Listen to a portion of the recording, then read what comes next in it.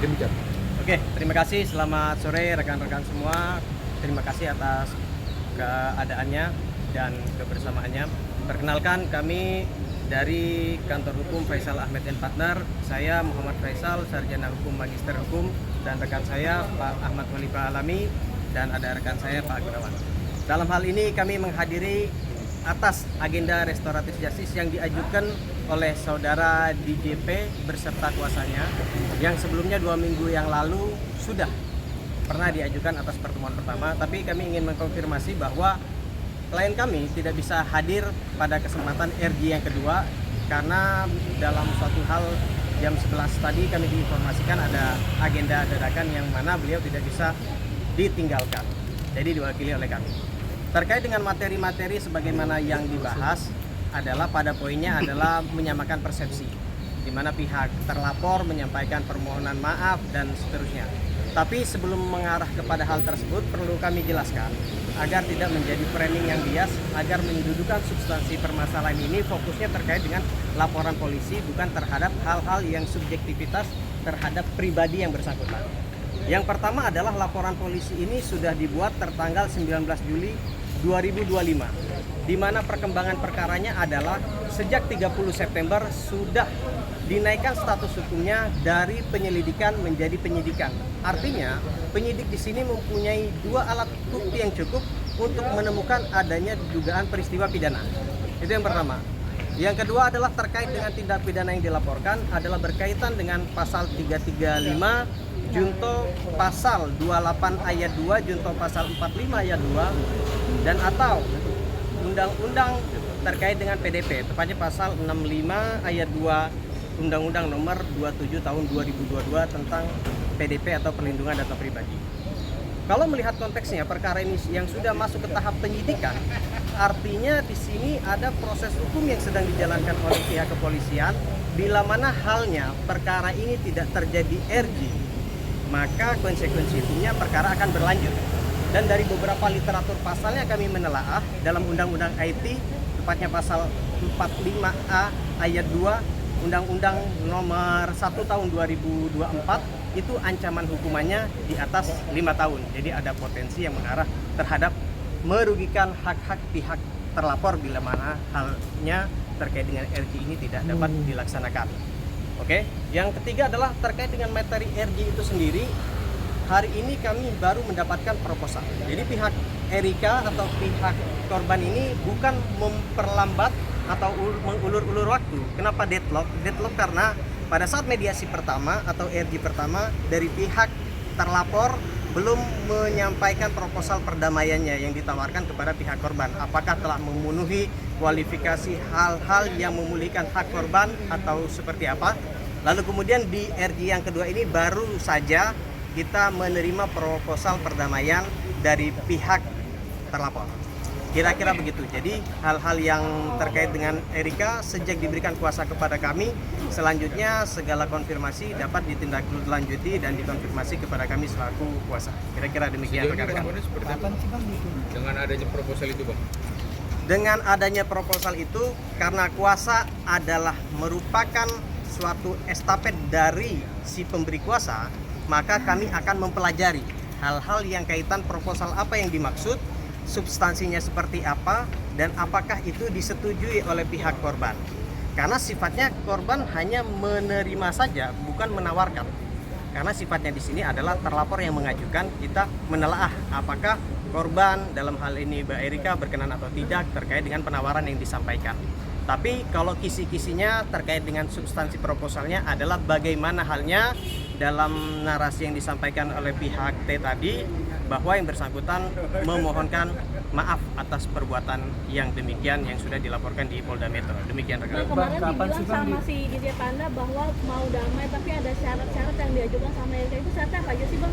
Kalau syarat kita belum memfinalkan kepada syarat itu. Lebih kepada pada RG kedua ini kami pengen tahu dulu nih apa yang ditawarkan oleh yang bersangkutan.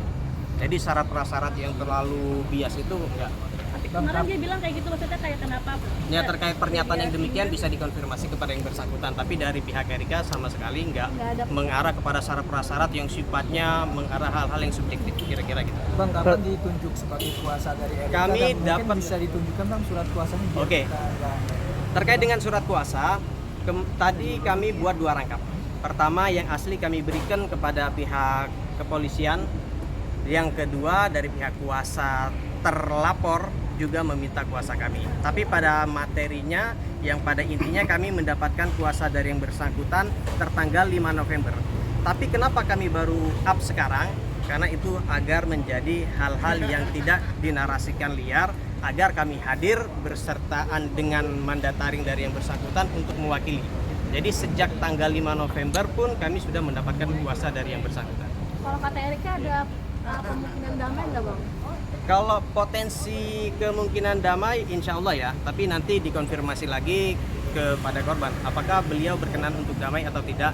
Tapi hasil dari mediasi tadi kita melihatnya sudah ada itikat baik, sudah ada bentuk penyelesaian yang cukup ideal, tinggal penyelarasan persepsi saja dari pihak terlapor kepada korban. Artinya cabut laporan.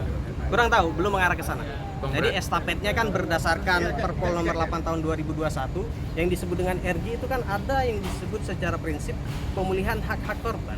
Itu kan sifatnya sangat vital atau sangat subjektif sekali. Bisa jadi hal tersebut dapat tidaknya diindahkan tergantung dari bagaimana sikap dari korban itu sendiri.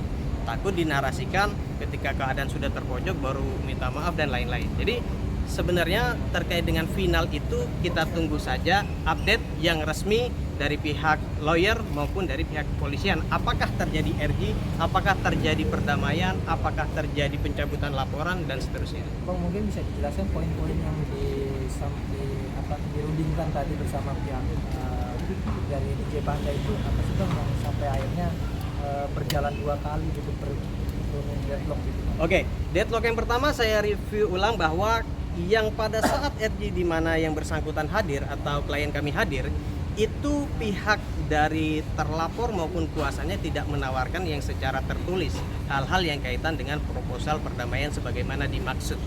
Nah, yang kedua ini sebenarnya bisa saja ada kesimpulan dari klien, tapi sehubungan yang bersangkutan tidak hadir pada kesempatan hari ini dan itu pun ada agenda dadakan, jadi kita nggak bisa menyimpulkan apakah terjadi damainya atau tidak, tapi lebih kepada hal tersebut akan kami diskusikan kepada klien kami. Kasih waktu berapa kali gitu bang? Kalau RG sih sifatnya teknis saja, tergantung konsensual para pihak. Apakah dapat dilaksanakan seminggu atau 2 minggu itu teknis saja. Berarti nggak tahu kapan. Parameternya masih belum ada acuan yang jelas. Berarti akan ada pertemuan lagi bang untuk Next akan ada pertemuan lanjutan terkait dengan penyelarasan RG sepanjang ya, ini sebagai garis bawah, sepanjang klien kami berkenan untuk melakukan RG, sepanjang klien kami berkenan untuk sebagaimana yang ditawarkan oleh pihak. di mana bang? Bang, ini Di Polda apa di Kalau pertemuannya masih dalam konfirmasi apakah dipertemukan di Polda atau di lain tempat berserta sesama kuasa atau prinsipal, sifatnya itu teknis saja. Tapi pada intinya akan ada pertemuan lagi bila mana halnya proposal itu telah kami analisa bersama klien dan mungkin berkenan tidaknya klien kami. Lu tanggalnya belum tahu ya bang ya berarti? Belum, masih dalam konfirmasi. Bang, selain minta maaf dari proposal itu, Panda mungkin apa yang disampaikan maksudnya mau melakukan apa gitu bang? Kalau untuk materi terkait dengan penawaran yang bersangkutan nanti dikonfirmasi aja kepada yang bersangkutan. Takut kami nanti menyampaikan justru diinterpretasikan lain. Nah dari Kira-kira. Erika sendiri materinya poin-poinnya apa tuh? Yang Kalau harus dipenuhi sama kalau Mbak Panda? Erika sendiri sih intinya yang bersangkutan dengan tulus mengakui perbuatannya, atas kehilafannya mengakui, bukan dengan dalam hal menyangka. Karena prinsip RG kan kita bukan lagi berbicara terkait dengan materi. RG itu secara prinsip mengampuni perbuatan demi hukum karena atas ada kebijaksanaan melalui perdamaian, bukan lebih kepada menyanggah materi-materi perbuatan yang dilakukan oleh yang bersangkutan.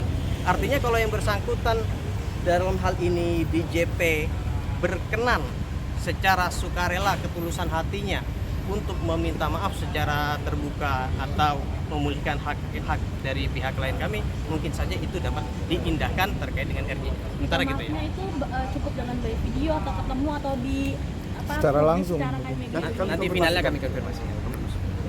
permintaan RJ ini sendiri datang dari DJ Panda. Oke, kami harus meluruskan bahwa yang disebut dengan RJ mulanya pasti ada dari pihak terlapor, bukan kepada korban. Toh kalau korban ngapain pula dia ingin berdamai? Kan kira-kira begitu. Jadi mulai dari RJ pertama, RJ kedua, semua dimintakan atau ditawarkan oleh pihak terlapor maupun kuasanya. Nah ini kan kasusnya sudah naik ke tahap penyidikan, Bang. Artinya tinggal mencari 2 alat bukti permulaan yang cukup untuk menetapkan si DJ Panda ini sebagai tersangka. Oke. Artinya apakah polisi melakukan penyelidikan lanjutan ini menunggu daripada hasil RJ atau nanti beriringan, Bang? Oke, kalau proses berperkara tetap dilanjutkan, kecuali kami mengajukan untuk menghold perkaranya. Artinya sepanjang hal ini belum telah terjadi titik perdamaian, hal tersebut masih dapat dianggap proses hukum masih tetap berjalan. Dan seperti yang kami sampaikan bahwa perkara ini murni atas adanya dugaan tindak pidana dan bukan kepada ranah hukum keperdataan. Jadi interpretasinya yang harus kami jelaskan dan tegaskan di sini, kehadiran pihak korban ke Polda Metro Jaya dalam rangka adanya dugaan tindak pidana dan bukan untuk meminta terkait dengan hak keperdataan atas identiti anak, diakui selaku ayah biologisnya dan lain-lain, itu bukan. Jadi murni atas adanya dugaan tindak pidana sebagaimana pasal yang telah diterapkan oleh pihak Polda Metro Jaya yang sebelumnya juga sudah dikonfirmasi melalui Humas Polda. Jadi kami nggak masuk ke arah sana, tapi secara substansi begitu. Bang, proses tetap lanjut. Udah dengar kabar penetapan tersangka sendiri? Belum. Jadi secara alur hukum acaranya masih penyidik dalam rangka tahap penyidikan, belum mengarah terhadap gelar perkara untuk menetapkan 3 huruf TSK itu. Jadi masih berproses. Kira-kira begitu ya. Terima kasih, Bang. Oke, terima kasih.